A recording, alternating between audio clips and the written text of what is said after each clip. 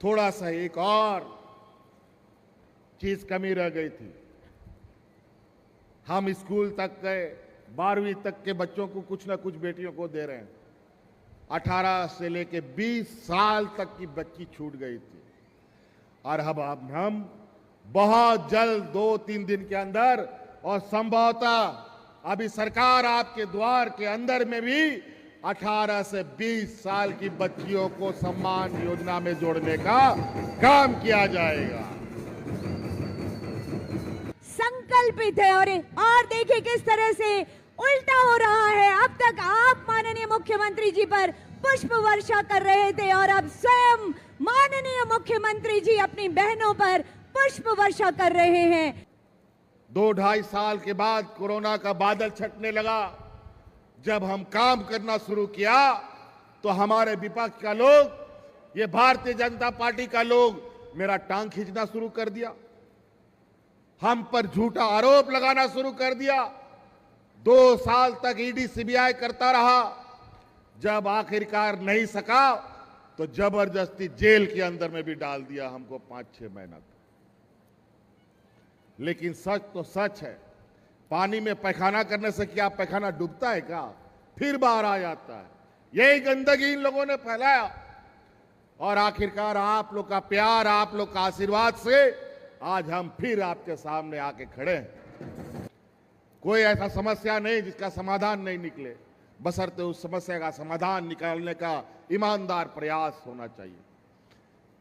हमारे विधायकों ने, हमारे कार्यकर्ताओं ने, हमारे पदाधिकारियों ने, मुखियाओं ने, जिला परिषदों ने हमें कहा, मुख्यमंत्री जी ये बहुत अच्छा आपने काम किया कि सर्वजन पेंशन लागू किया, थोड़ा इसमें और विचार होता तो थोड़ा और बुजुर्ग लोग को पेंशन मिलता। तो हमने पूछा क्या हुआ भाई? तो बोला थोड़ा सा उम्र सीमा को फिर से एक बार देखा जाता तो और अच्छा होता। तब हमको पता चला, हम भी विधायक हैं, हमारे विधानसभा में भी ये समस्या हमारे कार्यकर्ताओं ने भी बताया, और भी राज्य के अलग अलग क्षेत्रों से सांसदों ने, विधायकों ने बताया। बात तो सही है, उस समय सरकार का खजाना भी बहुत अच्छा ठीक नहीं था, लेकिन फिर भी हमने ईमानदारी से प्रयास किया, उस कानून में एक बदलाव किया कि महिलाओं में जो 60 साल हमने लगाया, उस 60 साल को भी घटा करके 50 साल कर दिया।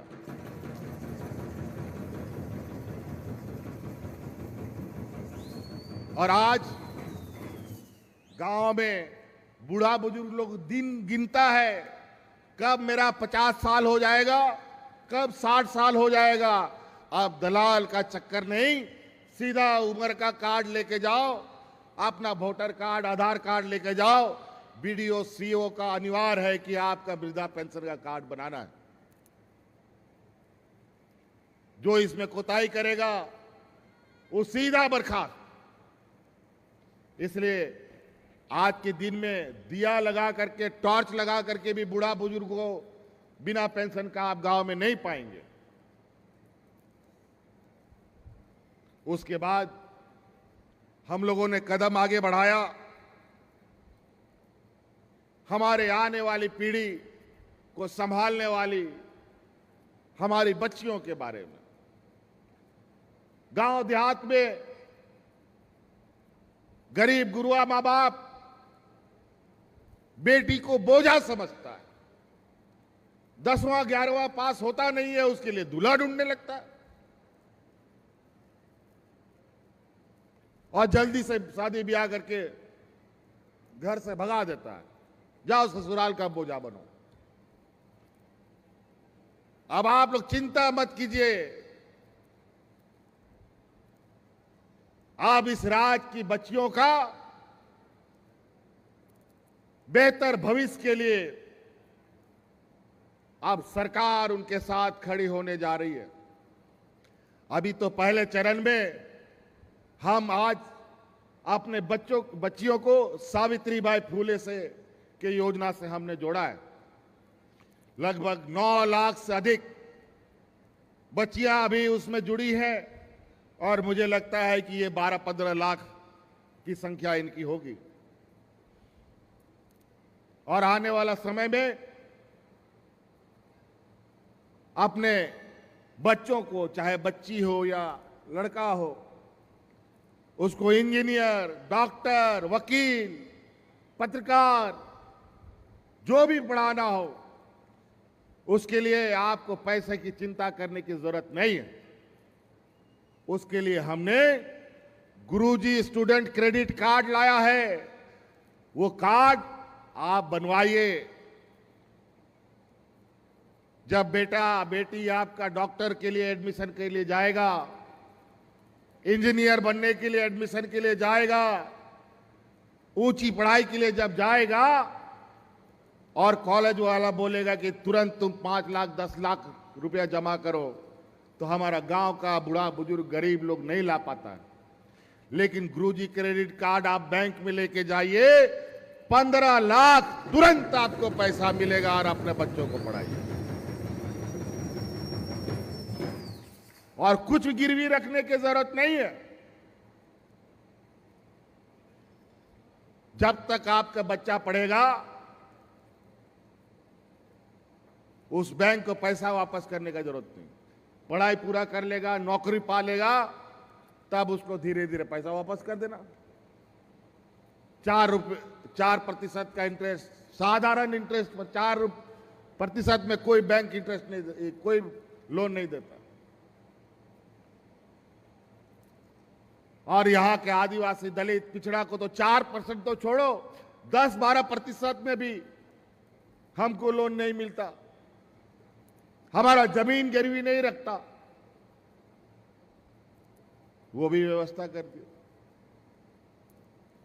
फिर हम लोग आगे बढ़े। हमारे इस राज्य की आधी आबादी, हमारा महिला दीदी के लिए हम लोगों ने अभी आपको पता है, हम शुरू से जब से सरकार बना है, ये डबल इंजन की सरकार ने तो इस राज्य का खजाना को खखोर खखोर करके सब निकाल लिया था। एक नया नहीं बचने दिया इस राज्य के खजाने में, बल्कि राज्य को और कर्जों में डुबा दिया। और हम लोग जब सरकार में आए तो हम लोग को भी माथा हम लोग पकड़ लिए, भाई हम लोग सरकार चलाएंगे कैसे, खजाना में तो 1 रुपया नहीं। फिर हम लोग भी खोजबीन चालू किया, हम लोग का पैसा सब किधर चला गया। यहां कोयला, लोहा, अभ्रक, सोना, चांदी सब निकलता है, फिर कैसे खाली हो गया खजाना। फिर पता चला कि एक कोना में सिर्फ कोयला कंपनी के पास भारत सरकार हमारा 1,36,000 करोड़ रुपया बकाया लेके बैठा है। हम लोगों ने तुरंत हिसाब किताब जोड़ घटाव गुना भाग किया, पहुंच गए दिल्ली और हमने कहा हमारा पैसा वापस करो। हमारा यहां गांव देहात खेत खलियान से जो कोयला निकाले हो उसका पैसा दो। जब हम ये मांग करना शुरू किए तो हमारे पीछे ईडी सीबीआई दौड़ा दिया, जेल में डालने के उपाय ढूंढने लगे।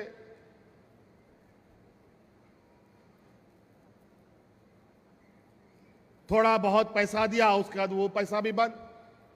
और आखिरकार अभी हाल फिलहाल में सुप्रीम कोर्ट ने ऑर्डर दिया है कि इस खनन कंपनियों से राज्य सरकार पैसा तस्वीली कर सकती है, जो हम पहले से मांग कर रहे थे। जैसे सुप्रीम कोर्ट का यह आदेश आया तो हमने कहा अब हम अपना काम तेजी से करेंगे और उसका पहला पड़ाव में इस राज्य की आधी आबादी जो महिलाएं हैं उसको 21 साल से 50 साल तक के लिए हर साल 12,000 देने का निर्णय हमने किया।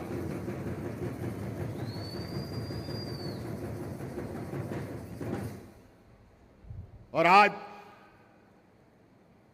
हर एक महिला को, लगभग 50 लाख महिला इस राज्य में इस मैया योजना से जुड़ चुकी है। मात्र 20-25 दिनों में 50 लाख महिलाओं के खाते में पैसा जा चुका।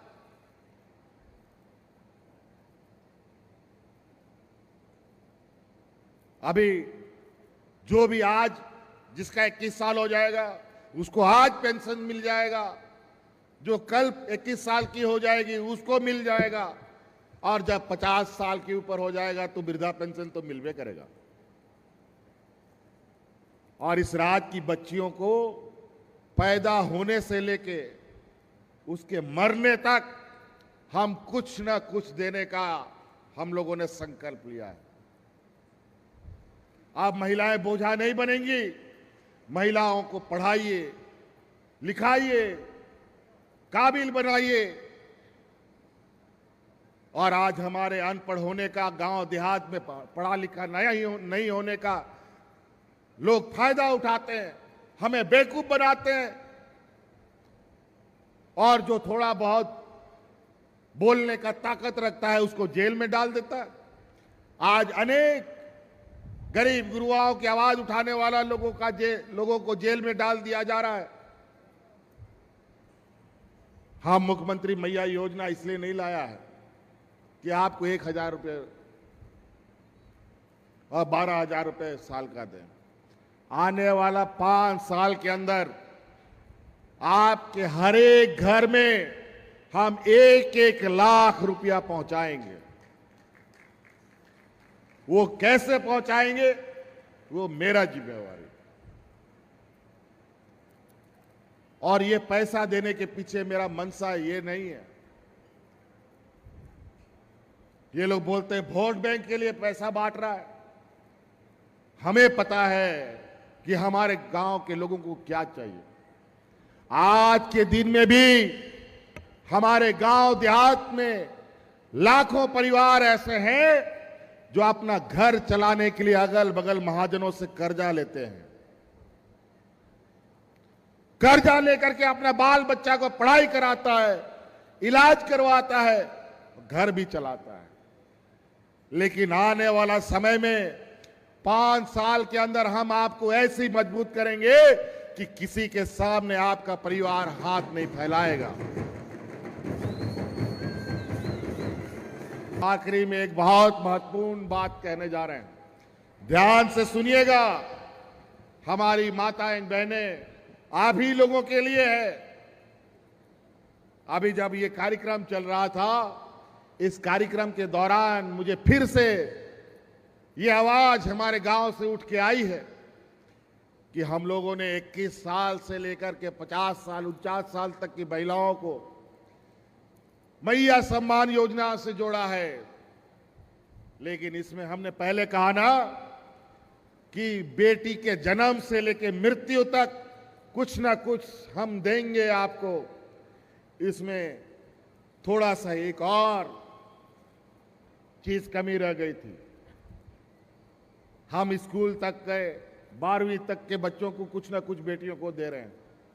18 से लेके 20 साल तक की बच्ची छूट गई थी। और अब हम बहुत जल्द 2-3 दिन के अंदर, और संभवतः अभी सरकार आपके द्वार के अंदर में भी 18 से 20 साल की बच्चियों को सम्मान योजना में जोड़ने का काम किया जाएगा। अब